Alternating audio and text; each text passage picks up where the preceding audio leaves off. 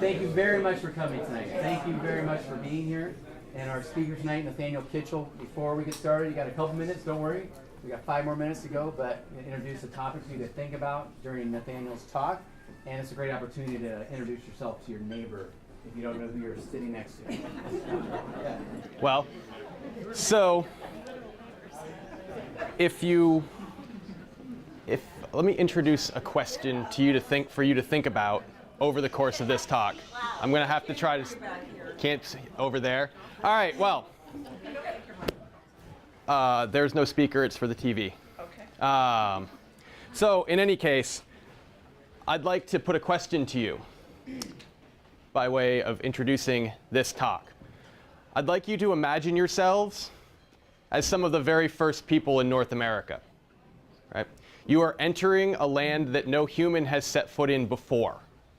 You're fundamentally astronauts. No one has been there before you. No one is there to tell you how the landscape is, where anything is, anything.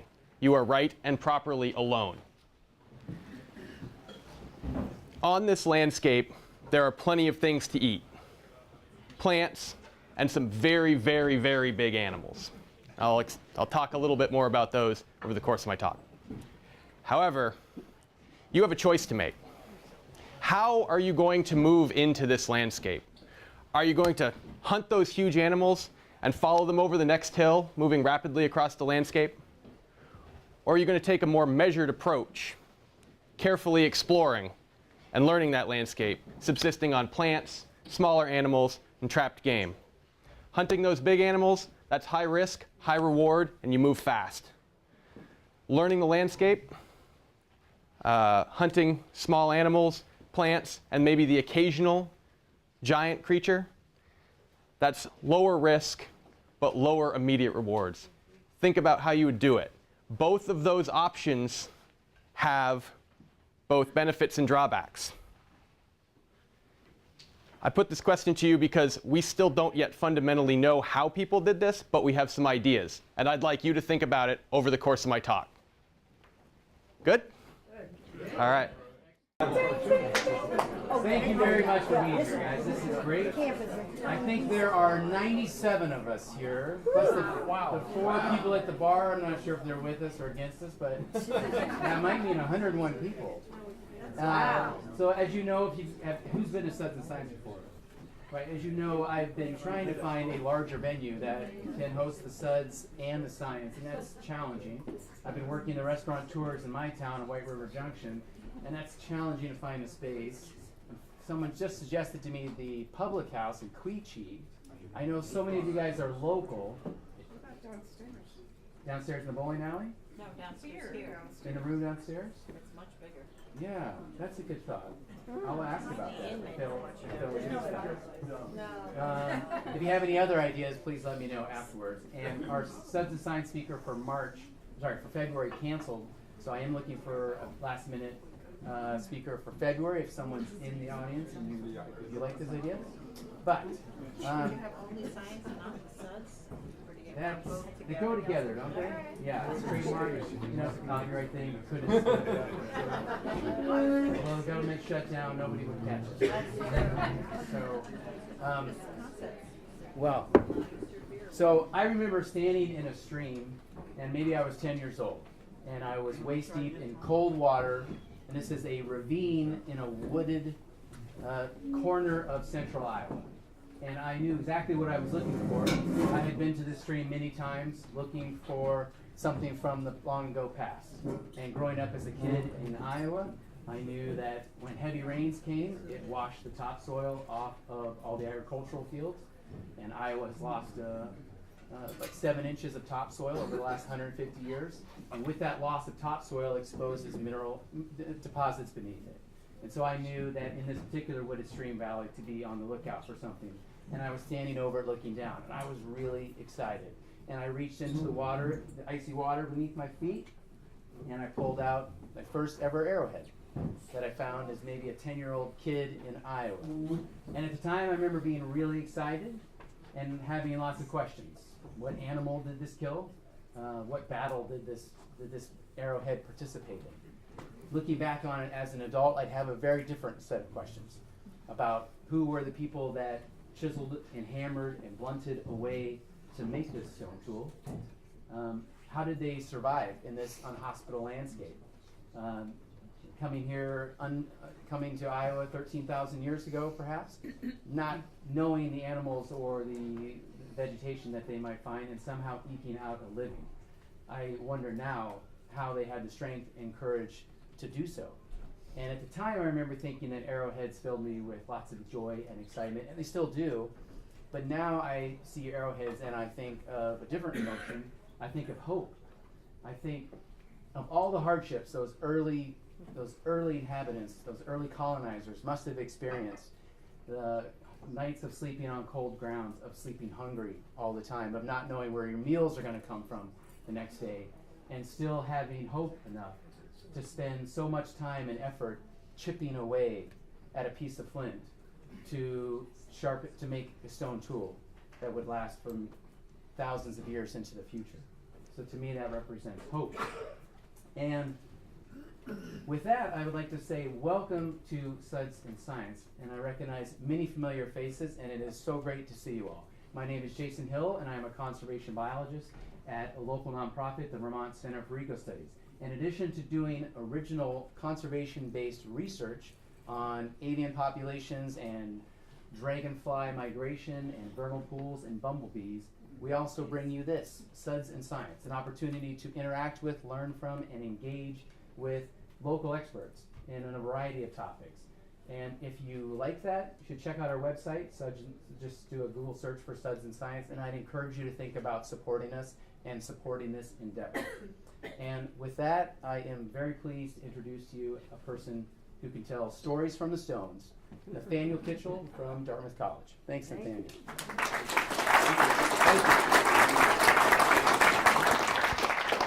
Well, I certainly thank Jason for that kind introduction. As he said, I am, by way of introduction, I am the Robert A. and Catherine L. McKinnon Postdoctoral Fellow in Archaeology in the Department of Anthropology at Dartmouth College. But more than that, I also grew up an hour north of here.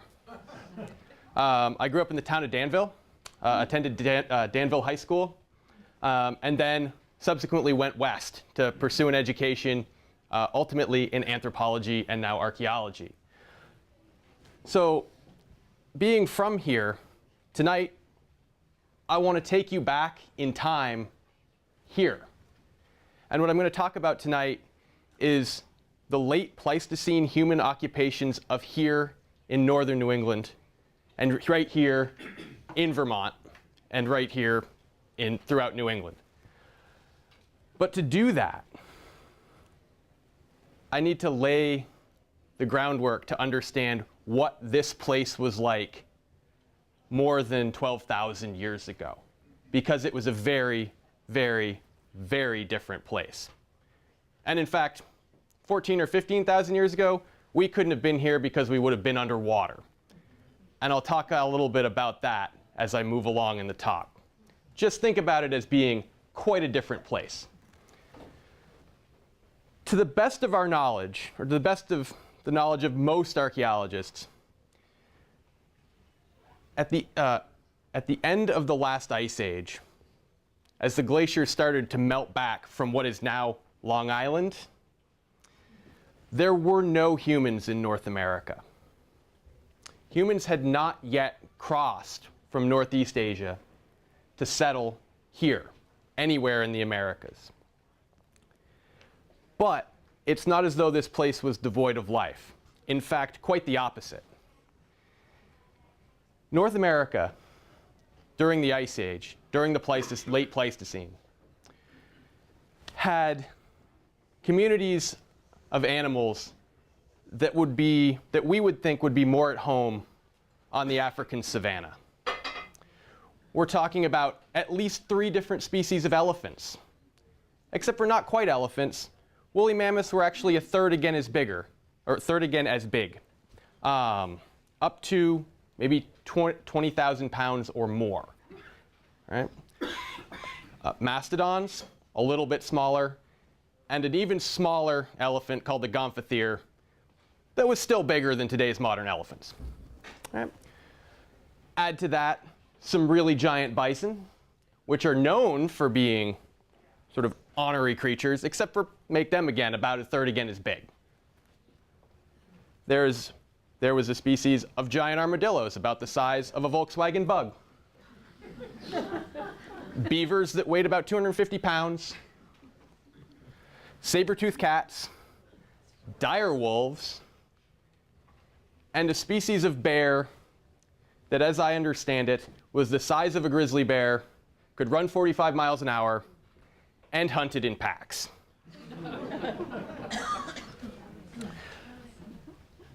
So basically, an incredible menagerie of animals alive here in North America around 20,000 years ago. This time it was also an incredible period of climate change.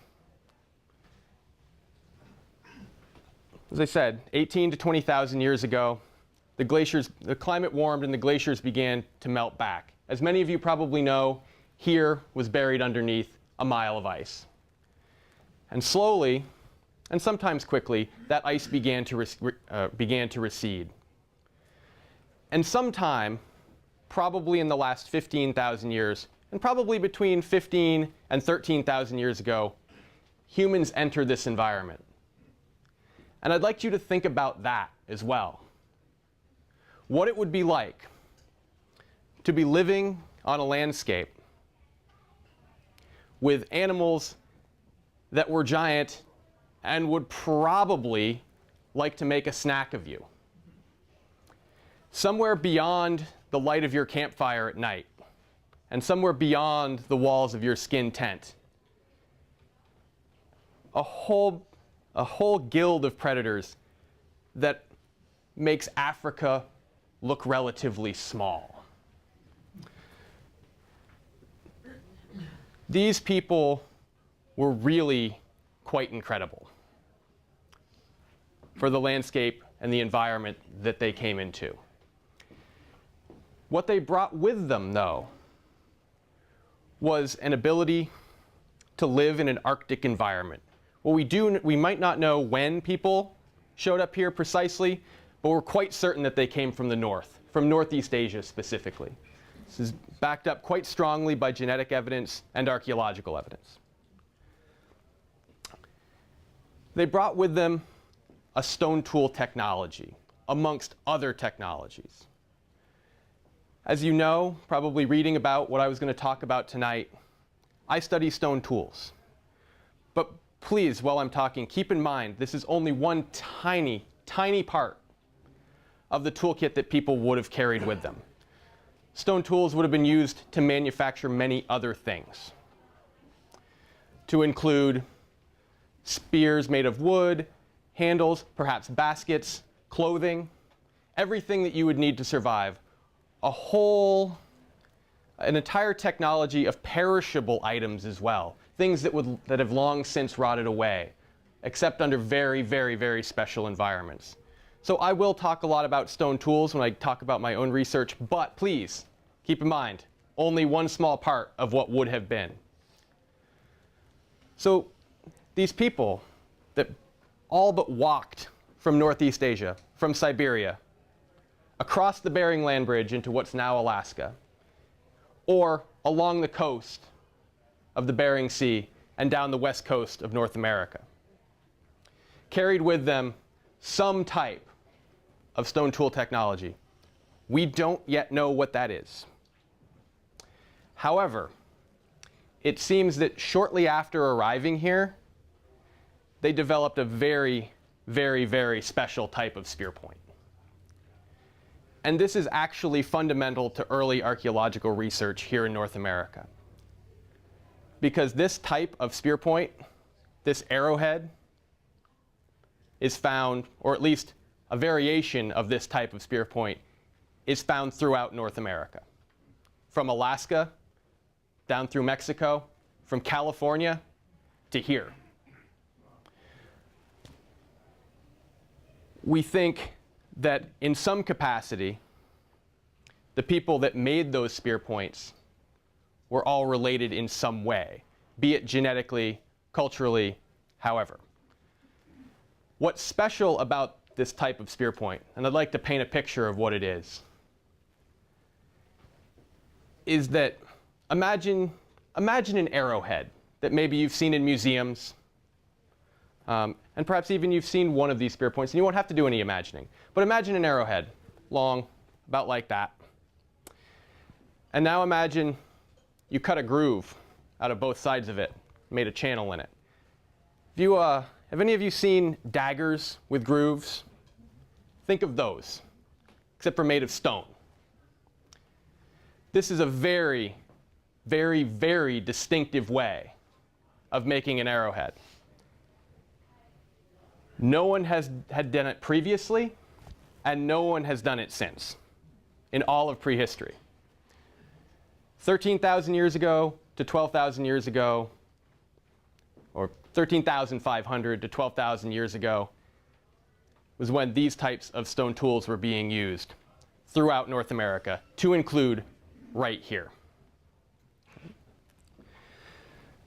So what that allows us to do is understand where those people were and to date those sites even in the absence of radiocarbon.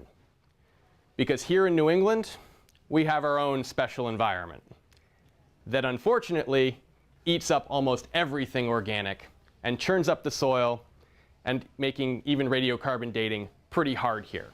Not that we don't have any, but it's a bit more difficult. So as people presumably progressed from the west to the east, although we can't see that archaeologically, basically in the archaeological record of North America, people are just here all at once. 13,000 years ago, people are everywhere. California, Pennsylvania, everywhere. But they're not here. And that's a bit of a mystery that we still don't yet really understand. But New England at that time, as I mentioned, was a very different place. So about 14,000 years ago, the reason we would have been underwater here was because this was the bottom of a glacial lake. This is called Glacial Lake Hitchcock. The Connecticut River Valley was dammed in Connecticut at Rocky Hill, a place called Rocky Hill. And what happened is the glacier had pushed up a huge dam of sediment, and it backed up the river, and instead of flowing over the top of that soft glacial sediment, the river actually diverted. I think it jagged to the east and flowed over bedrock. So Glacial Lake Hitchcock actually lasted for the better part of 2,000 years. That's why the sediments here are so thick. You can see them if you go hiking around, say for example on the Girl Brook Trail. You've got those huge banks of sediment, lake bottom. There were a lot of lakes like this. North of here, up around Colebrook, Glacial Lake Colebrook. In the Israel River, Glacial Lake Israel, about where Jefferson, New Hampshire was. You can see it where all the stone walls stop. If you drive out of Jefferson, drive towards Whitefield, all of a sudden the stone walls stop, lake bottom. So there were these draining lakes, or lakes that had recently drained. When people first show up here, we think sometime around 12,700 years ago. Just after we're certain that they're everywhere in North America.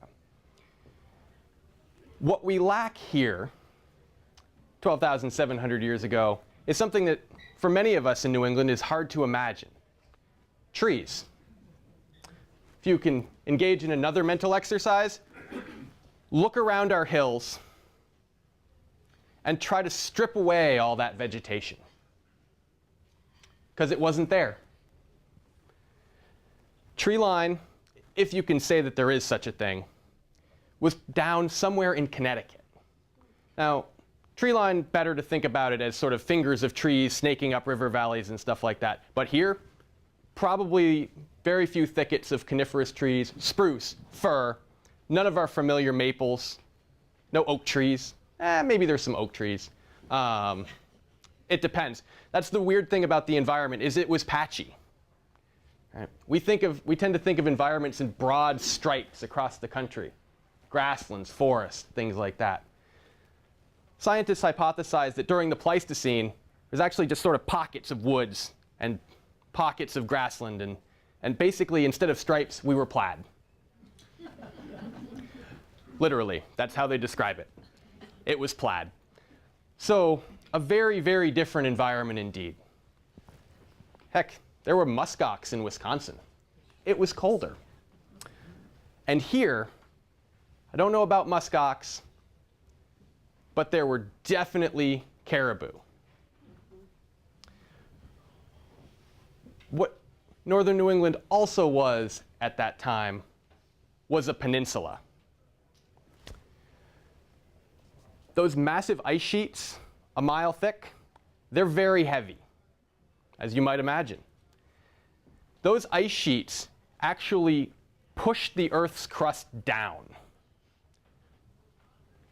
In some cases, several hundred meters, pushed it down. And this happens today. We can see it. For example, the center of Greenland, parts of it are below sea level, pushed down by the weight of the ice. What that did here was push northern New England, the northern part of what's now New England, down, such that what's now the St. Lawrence River, that was an ocean. What's now Lake Champlain, also an ocean. Does anyone happen to know what the Vermont state fossil is? Yeah? A beluga whale. The Vermont state fossil is indeed a beluga whale, found near Burlington. Actually, I believe it's found near where the whale's tail statues are next to the interstate. Right? Vermont state fossil, a whale. Also in that ocean, pinnipeds, seals. Other marine resources, such as shellfish. A very, very different place indeed. A maritime peninsula with no trees, teeming with caribou and whales. So even here, even though we don't actually have associations between humans and those megafauna, which were here, we just can't get people and them to overlap. Nonetheless, even after they presumably went extinct, the megafauna, the mammoths and the horrifying pack-hunting speedy bears, the short-faced bear, even after they were gone, here was still a very different place. And this is the place, this is the landscape that we think the first humans to live here, the ancestors of today's Native Americans, moved into. A tundra. So this was fascinating to me. How did they do it? It seems like madness, right? A paraglacial tundra, even if it wasn't full of gigantic predators, this is a tough thing to do, right? And so these are the questions that we as archaeologists trying to understand the deep past have asked ourselves about this time. How did these people do it? And that was a question that fascinated me. And that ultimately is the question that I set about trying to answer through looking at their stone tools. And how I did that, how I chose to do that, because stone tools are kind of all that there is left, I wanted to look at how these people used their landscape.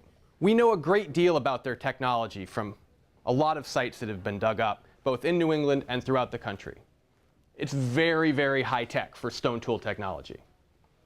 In fact, some of the hardest arrowheads to make, something that modern flint knappers struggle to do. The very best people who work stone and try to replicate points. And there are some very, very, very good people. They're very good at making arrowheads. Struggle to make these types that were commonplace 12,000 years ago. So I wanted to look at something different, a different aspect of that. that would tell me in some small way, how did people learn this landscape? Was it fast? Was it slow? Was it somewhere in between? How can we know? So what I set out to do was to look at the types of rock that these people chose to use to make their stone tools. Because only some types will do. Many of you might be thinking about flint. That's one kind of rock. In a broad sense, we'd call that a chert. It's a sedimentary rock that's highly siliceous, right? It's got lots and lots of silica, and basically it breaks like glass, right? It doesn't have planes in it like slate, and it doesn't have really big crystals like granite. It's very fine-grained, like glass. And that means that you, as a flint knapper, as someone who works stone to make tools, can control how you break that rock. Here in New England, there aren't that many places where you can get rock like that. There's one near Jefferson, New Hampshire. I don't know if anyone's familiar, or excuse me, well, near Jefferson, New Hampshire. There's a brook near Jefferson where you can get rock like this. There is north of Gorham, a place where you can get rock like this. The Champlain Valley has some flint. But in between, not a lot. So because these sources are really patchy, they represent a place on the landscape that someone would have to know about. They would have to learn where that was. Because these sources are small and widespread, for the most part, you're not just going to wander into New England and just stumble across them super quickly. Right. So with that in mind, I went out to look for these sources of rock and see which ones these early peoples wanted to use, which ones they chose to use. And so I started going into all of these previously excavated collections. Artifacts that have been dug up over the past 30 and 40 years for various reasons throughout New England. And some really interesting patterns start to emerge. There's a diversity of different types of stone, but one keeps showing up over and over and over again. And it may come as no surprise to many of you that this rock is red. It's the color of blood. It's beautiful. And when you start looking at these archaeological assemblages throughout New England, from Maine, Massachusetts, Vermont, New Hampshire, Connecticut, this rock shows up in all of them. That's pretty curious. That helped to answer one question, but it caused a few more. So the question that I set out to answer, how do people move into their landscape? Is it fast or is it slow? Well, it turns out, at least from the archaeological perspective, which looks at hundreds of years as if they were a blink of the eye, right? It was pretty fast. All of the early sites here in New England have this rock. Right? We thought it was from a pretty small spot on the landscape.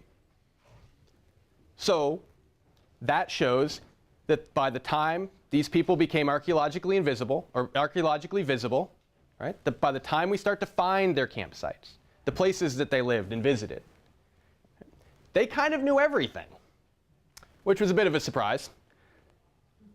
Interesting, but the bigger problem was we thought that the place that they got this rock from is small because we didn't know where it was.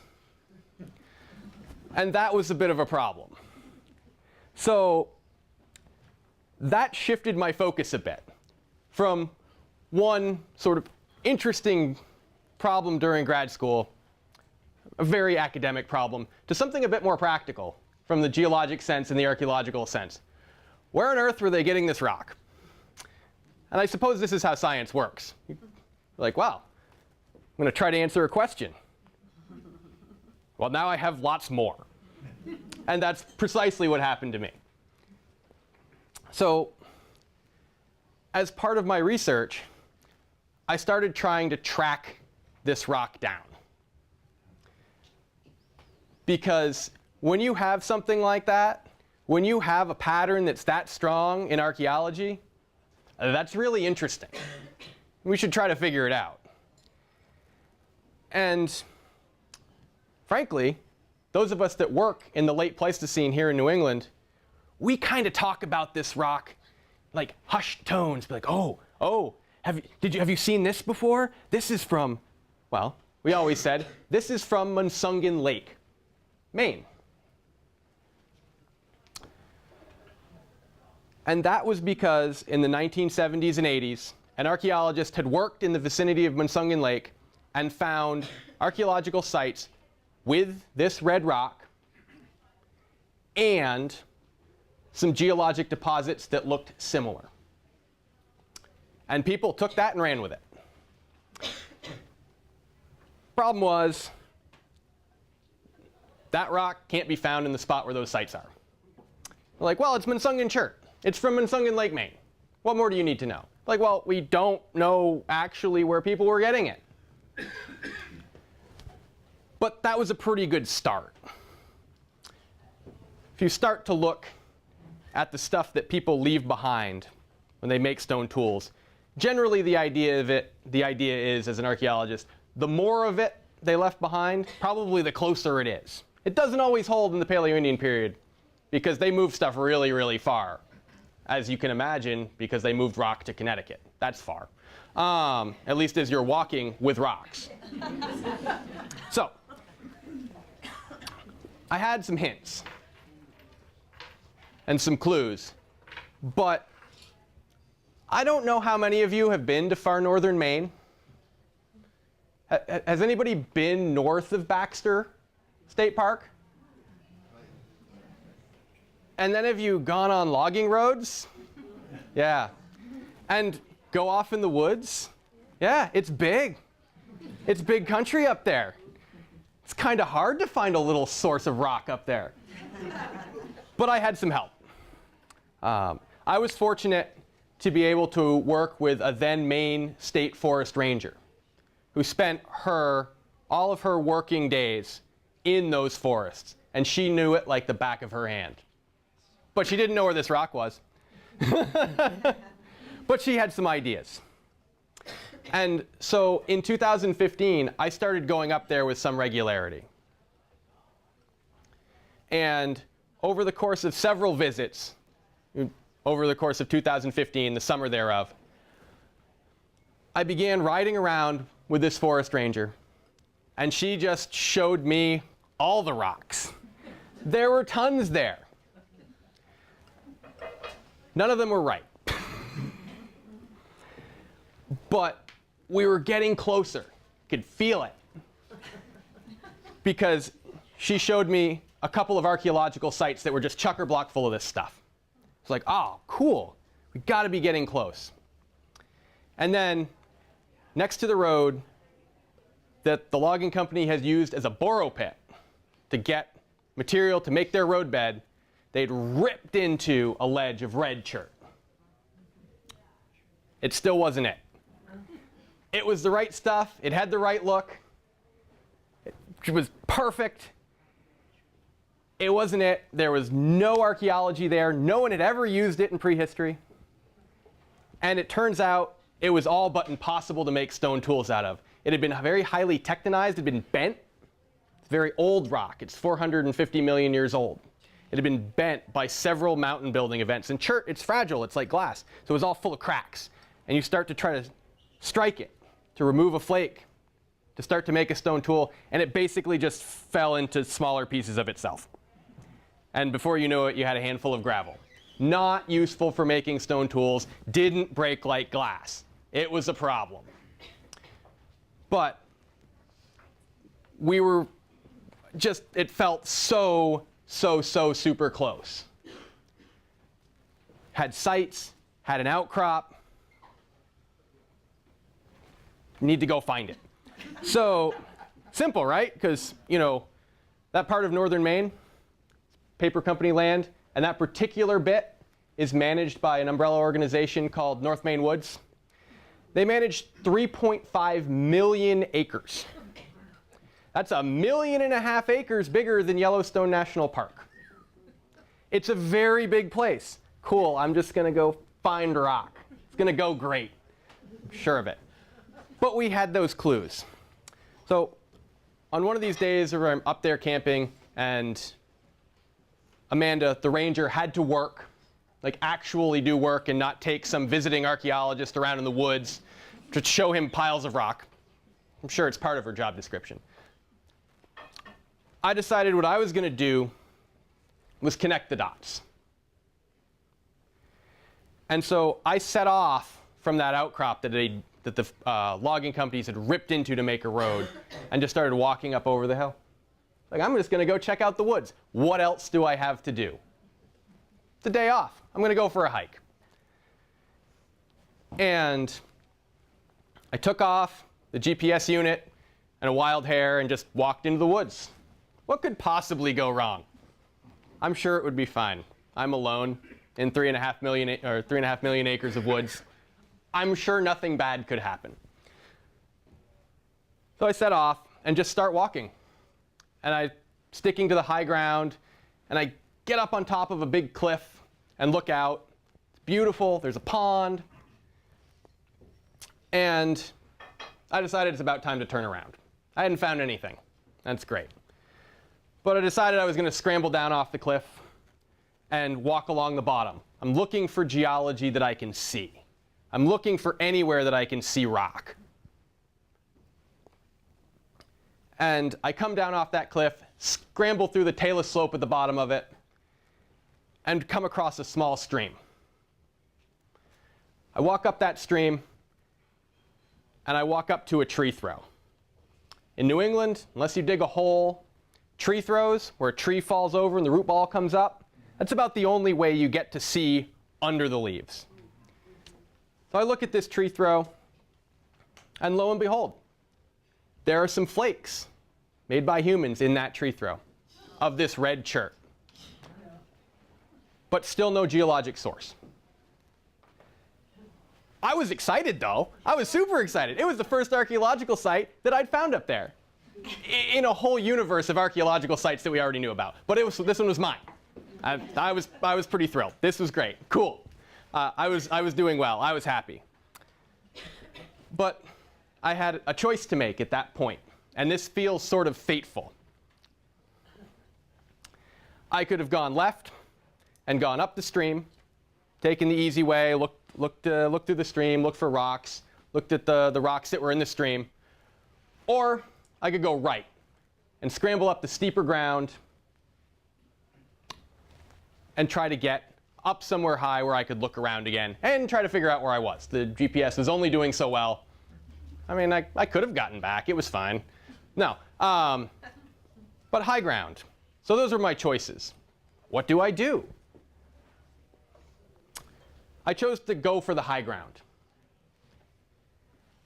And this really drives home to me why I would rather be lucky than good any day.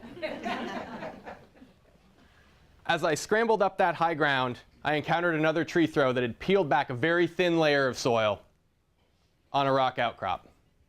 It was made of this red rock. And not only was it made of this red rock, but as I looked closer, tons and tons and tons of debris, literally, from where prehistoric people had went and gotten that rock in the past. I had sniffed out that outcrop by accident.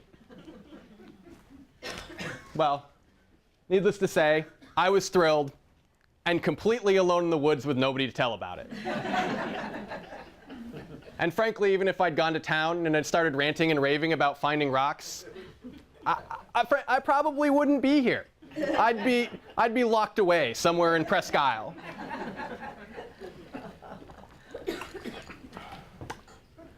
But that's only part of this story.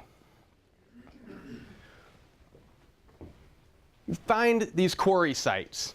What you also find is all of the debris, all of the materials that are left behind from people making their stone tools. This is really, really important for archaeologists to understand how the process of manufacture of stone tools took place. Because people only carry away the good things, and then they use them up. Right? Making stone tools is reductive technology. It's like woodworking. Imagine you had a knife made out of wood, and to sharpen it, you had to take some wood away. Eventually, it's going to be gone. Stone tools are exactly the same way. So by the time we get to those stone tools when they're down here, down south, as the case is, at least for this source, they're pretty small. They're worn out nubbins of what they once were. If you go to the quarry site and the workshops that are there, what you find is those items that were either broken right before they were finished, or the materials that were left behind in the process of making these tools. So you get to know what they look like when they're brand new. And this really lets you know how people did it, how people made those technologies to support their lives in these inhospitable environments. And that's what I'm working on now. Right? This year, I went back with some colleagues of mine, and in fact, I went back with former New Hampshire state archaeologist Dick Bovair, who was there to help, which was great because he's also an expert in these late Pleistocene populations here in New England, amongst others. And what we were doing was looking for those workshops. And earlier, we'd put in some test pits with shovels, dug some holes, and man, we found a great spot to start trying to dig. Awesome. Found a workshop. Came back this year, and they'd logged it. But plus side, they did it in the winter, so they didn't ruin everything. Except for they managed to put huge piles of slash or brush all over where we wanted to dig. But you can't let that stop you. Of course, you can't set it all on fire. They'd frown on that. But you can cut it away and do your best and clear it away, and that's what we did. So we went from small 50 by 50 centimeter test pits about this big, that let you know if something's there, and started digging a bigger hole. And what we found is already pretty incredible. Found all of the waste from producing these stone tools, and as we'd hoped, some of them that were broken in manufacture. That is phenomenal. But beyond that, and something that I hadn't expected at all, was amongst these tools of that local rock that I'd searched so hard to find, a few tools that were made of rock that wasn't from there. As they'd say up there, it was from away. We found a tool that was probably used for scraping hides, and maybe wood, and maybe antler or bone, but for scraping. And that tool, one, looks like it's 12,000 years old, as it should. And it also looks like it's from New York. That's really far. So we've done just a little bit of work up there, and we're already able to start to piece together a pretty incredible story of past human life here in New England 12,000 years ago, based on nothing but the stones that people left behind. So in the future, I'm going to go dig a bigger hole. I'm going to try to learn more about how they made those tools. And because, as I asked you to keep in mind, they might only represent one small part of a technology, but each time someone struck a flake from one of those stone tools, they made a decision. They made a choice about what they were making and how they were going to do it. So by going to this quarry and the work that I hope to do in the future, we can actually see human movement frozen in time over the course of 12,000 years. And that's going to tell us a lot more about human life here in New England, when here in New England was a different world. Thank you.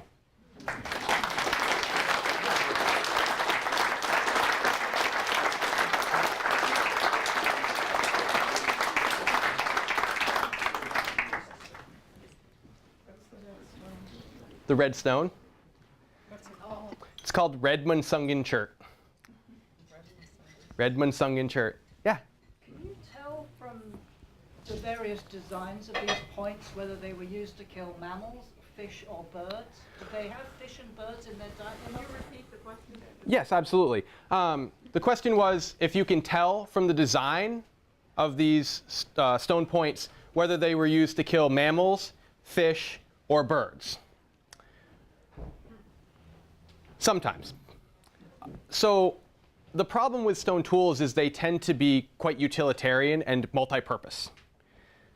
Because if you have the opportunity to kill a turkey with a spear point that you made to kill a mammoth and you're hungry, you will kill that turkey. But you can get to sort of broader ideas of what they might have been for. But this is actually an ongoing problem in archaeology, is trying to understand that. Does form equal function? And a lot of the times, actually, the answer is no. And we can tell this not by looking at the form, but by by analyzing chemical traces on those tools. So we can see if they were used to butcher a fish, or a mammal, or a bird, or sometimes even to almost down to species. Family, usually. And generally speaking, form doesn't follow, or the form does not dictate function. But then sometimes it does. But usually that's when things get to be pretty specialized. And so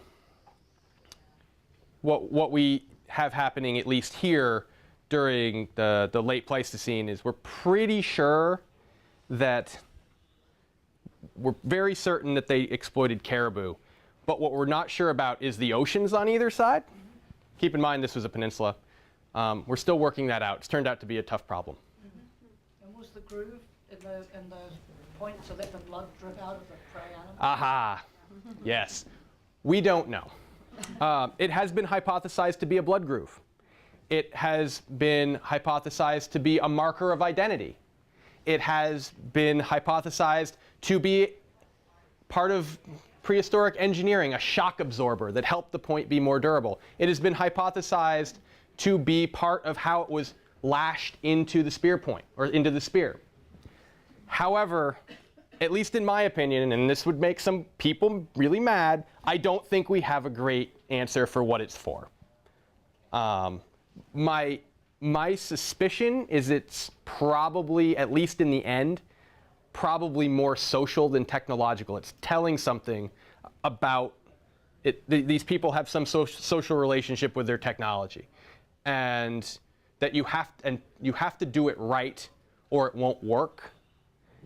And we see this from the ethnographic record, particularly with circumpolar people, with the Inuit, for example, that some aspects of their manufacture of technology are very highly ritualized. Because if you don't make it right, you will die. And so my suspicion is that that's probably part of what's going on here. And to make it right, you had to drive that very difficult to execute groove up both sides. Yeah. Have you as of yet found any indications of fire pits And cooking areas and things like that? Very rarely, and not up there.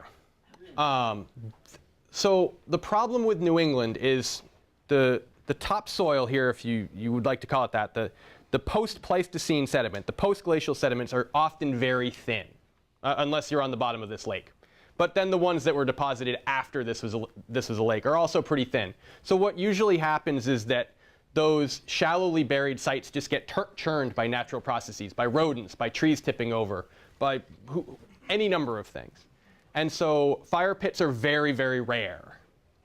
However, a site that I worked on in Colebrook, New Hampshire had one.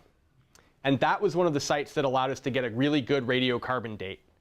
And so the radiocarbon date came back 10,200. And because of how radiocarbon works, you have to add 2,000 years to it back then.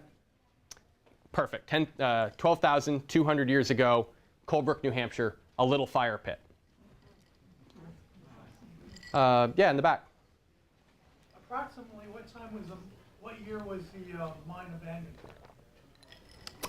The question was, what year was the mine abandoned? Approximately. We don't actually know. Sometime, probably my best guess is right now, from what I've seen, is probably sometime right after European contact. So this mine for this rock was used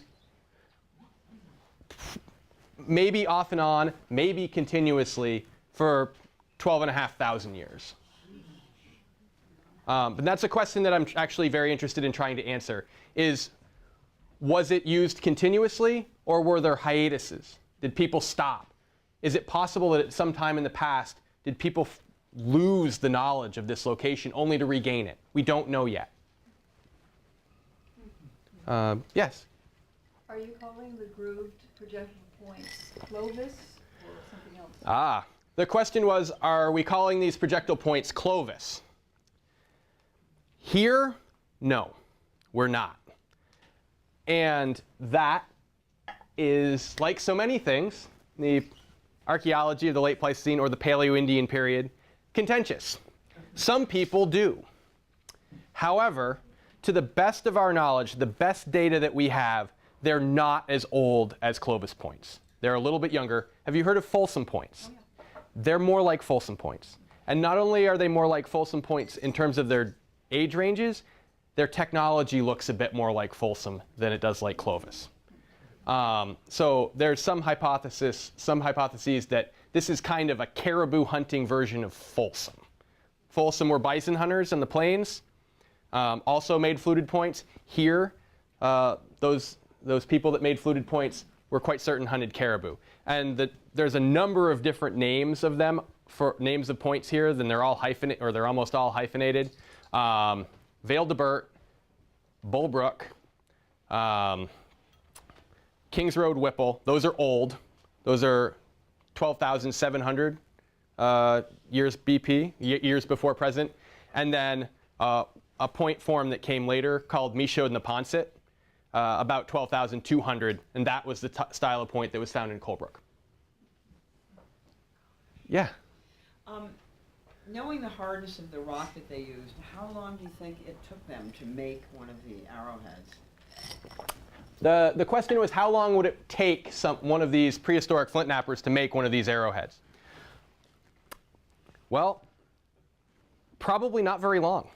So they were very, very, very good. And we know that because they had to be. But you can also see it. You can see it in their technology. Some of the things that they're able to do demonstrate that these are very, very highly skilled stone workers. Best guess, 20 to 30 minutes. Really? Really? Yeah. Yeah. Oh, yeah. I've been mapping for like 25 years. I've seen Bruce Bradley make a Clovis point in 30 minutes. Yeah, Bruce Bradley. So basically, these people are probably all better than Bruce Bradley. No, I get that, but the level of failure, like Callahan, you know Callahan, right? Yeah. Like 1 in 3 failure. This is the interesting thing about Colebrook. We have evidence that they made at least 5 fluted points there. You know how many they broke? Goose egg. 0. How do you know? Because we found the channel flakes. We can put them back together. We refit all the channel flakes, and there's no fragments of any broken points that we found there, that like we found in other places. They were very, very good. And there's other evidence to start to indicate that the failure rates have probably been exaggerated, at least away from the quarry. Where people are working on them, where novices are learning, failure rates skyrocket. And so we have data to speak to that. And there have been other people that have been able to replicate Folsom points in around half an hour.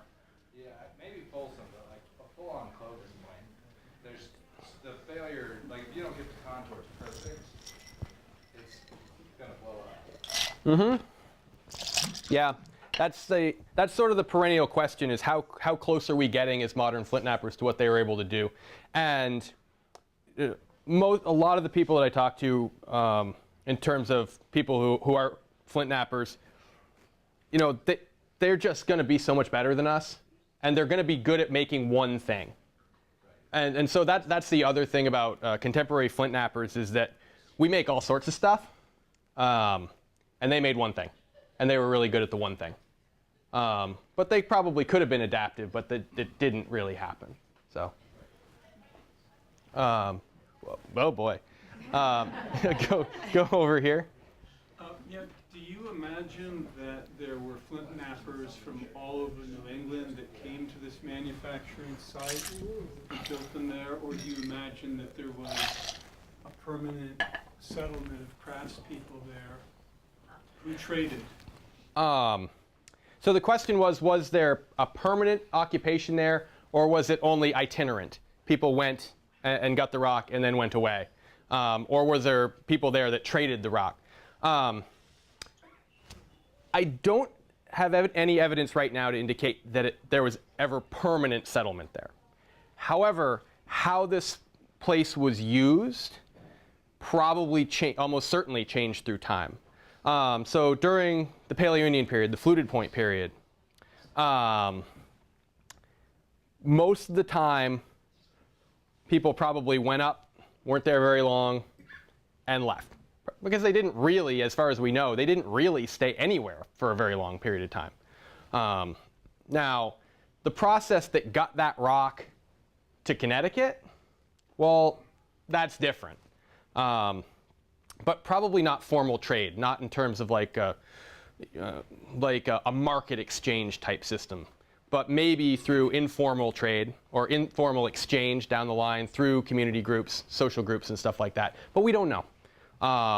Later in prehistory, in the late prehistoric, the other time that we're very certain that this quarry gets used again, probably more the other way, that it's being exploited more for trade, because we see it get traded along the coast of Maine. So through prehistory, those relationships have changed. So, yes. Is there any evidence that there's a migratory factor? Like, can you tell if it's certain times of year when they were working on the stone, and as part of a pattern? We're working on that. In the absence of organic remains, and organic remains in this instance include bones. The forest soils here in New England eat bone actually really quickly under most circumstances.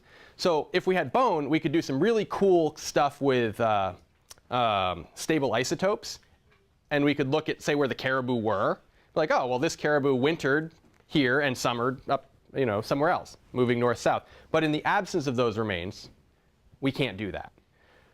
We can look at the activities that were going on in these campsites tangentially by looking at stone tools under a microscope and seeing what they were used on, right? So think about how, like, in CSI, they, match a bullet to a gun. This is like match a stone tool to a material that it was touching, right? But based on the traces that material leaves behind on the rock.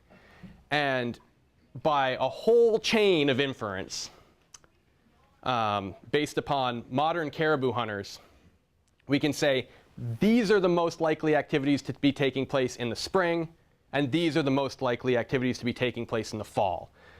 And as you might expect, there's a little bit of a north-south gradient, like that they might be moving back and forth from each end of the caribou's range, but it's actually surprisingly weak. Maybe we'll do better in the future. Yeah? I can keep going, or? Yeah? Oh, yeah. Yeah, sure. Go ahead. What's the size of the quarry? It's about 200 meters long. So about 2 football fields, which sounds pretty big until you put it on the scale of New England and the scale of those woods. So it's really actually a pretty small outcrop of rock. What is associated with the quarry are also a bunch of workshops. So the quarry itself is actually kind of steep, not a great place to sit and stand and do, detailed work. So what we seem to see happening, and this is the case in other places, is people would get rock, make sure it wasn't a big jumble of fractures and garbage, and then take it down to somewhere flat and work on it there. So there's a small quarry where the rock could actually be taken out of the ground, and then there's the associated workshops where people did the finer work. What about the question? Yeah? The question I asked at the beginning, which I didn't answer in the talk. I didn't. You might think that I did, but I didn't. Because we didn't see what happened in the archaeological record. What would you do? Small animals. Small animals. Plants. Plant. You don't want to risk. Yeah, okay, yeah, so risk aversion, right? Someone said big animals. Well, they wiped out all those big animals. Ah, the megafauna overkill debate. I'm glad that I don't research this. That said, a colleague of mine who does is coming to Dartmouth next week. You can check it out. He'll be talking at Friday at 4. I don't have a flyer. I'm remiss in this. But in any case, the overkill debate is still a debate. So the question basically is, or the idea is, well, didn't the first humans that arrived in North America wipe out the giant animals that were here? And man, this particular discussion in archaeology is mean. And I end up being agnostic on it. I tend to end up, I come down on it was a combination of climate and people, and then I get called a fence sitter, and anyway, it's like no, you have to pick a side. I'm like, I don't want to pick a side. I don't think we have the data to pick sides here. That makes the most sense. That's what I think. But as I said, there's some super strong opinions. But didn't you say that the megafauna were gone by the time that people showed up in New England? That's the evidence that we have, and that is one of the big conundrums of this debate. They are here. We have no human megafaunal associations here in New England, but we do elsewhere. So then the question becomes, do we just not have those sites here? Have we just not found it yet? Or is it actually not here? And so this is a fundamental question in archaeology. In a lot of studies is the absence of evidence of absence. And people have very strong opinions about this too. But it's a remarkably spirited debate based on no information, that's hyperbolic, but closer to the truth than I think a lot of people would care to admit. How rapid was the climate change in that period compared to what we're going through now? That's a good question. Since we haven't fully gone through what we're going through. I don't know that we can say, but certainly some of these events were very, very, very fast. So here in New England, about 11,700 years ago, the Pleistocene ended and things got really warm. And that time period, the question was how quickly did it get warm? And how does it compare to what we might be facing today, what we're facing today, right? And so 12,700 years ago, the Pleistocene came to an end with the end of an event called the Younger Dryas. So what happened is the climate was getting warmer, warmer, warmer 18,000 years ago, ice sheets pulling back. And then about 12,800 years ago, it got real cold again.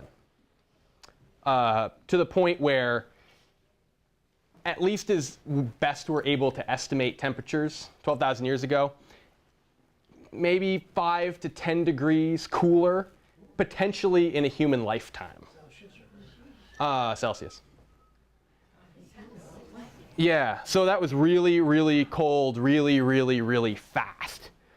What fewer people talk about is what happened at the end of it when it did the opposite and it got really, really warm, maybe 5 to 10 degrees Celsius, again, in a human lifetime, possibly. Maybe longer, maybe, yeah, within the range of error of our radiocarbon dates and things like that. But it was fast. At least in certain circumstances, it was very fast. So, yeah. What does this outcrop look like? And how did they quarry? What does the outcrop look like? It doesn't look like very much, honestly. Man, there's my secret. My dirty secret's out. The outcrop is kind of small. The tallest it is about this big. And the sediments, because it's layered sedimentary rock, right, have been folded and are very steeply dipping now. They're almost vertical. And so what you have is a face of this rock that kind of goes down into the ground. And what we think people were doing was just kind of going and prying away at these blocks, these joint sets, because it was also broken by mountain building, the tectonism. And so exploiting these flaws in the rock and knocking off as big a pieces as they could. And all along the base of that quarry outcrop is, I don't know, if you were to imagine going onto a construction site and walking around on gravel like this big, that's what it feels like to walk there. You can feel it under the leaves as you approach the quarry. You can feel those rocks under your feet. So most of what people were doing was actually what was produced at the quarry was kind of rubble, and the good pieces got taken away. But it's actually pretty small. It's honestly not much to look at, and it kind of shrinks away in the trees. So. Yeah, in the back. Assuming this site is protected now, how did that come about? What were the logistics? Oh no! Don't assume the site is protected. It is privately owned, and it is owned, right? Archaeological sites on private property are owned by the property owners. Now, I can work, and I am working with the Maine state archaeologist to try to get the landowner to not log it. Or at the very least, if they're going to log it, it would be great if they did it over snow. This is a working forest, of course, right? They're in the business of cutting down trees. And if you start causing problems for their tree cutting business, they might not be enthusiastic about letting you back. So we try to do the best we can to work with the landowners to ask politely. Yes. And they're very good. The landowners that own the site are happy to try to protect it. It's just a matter of trying to figure out where it stops and what block of trees they shouldn't cut down, and things like that. On a happier note, the quarry site, the outcrop itself, actually has never been logged. At least we don't think so. And it's because it's kind of protected by a small cliff band that stopped the large logging equipment from getting up to it.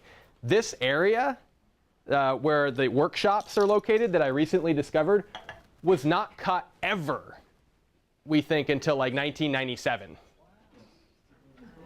So, so we're working on it. Yeah, I'll just one more question. You both had two. I don't know. You. Sorry. Yeah, rock, paper, scissors.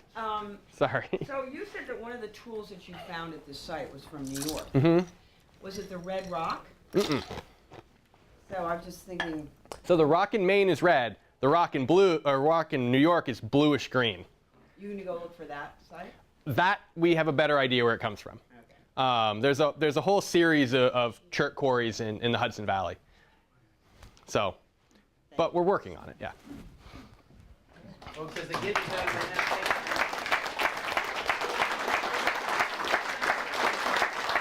Cool. Well, I really appreciate everybody coming. I'm thrilled that people are so excited about science and archaeology. So thank you very much.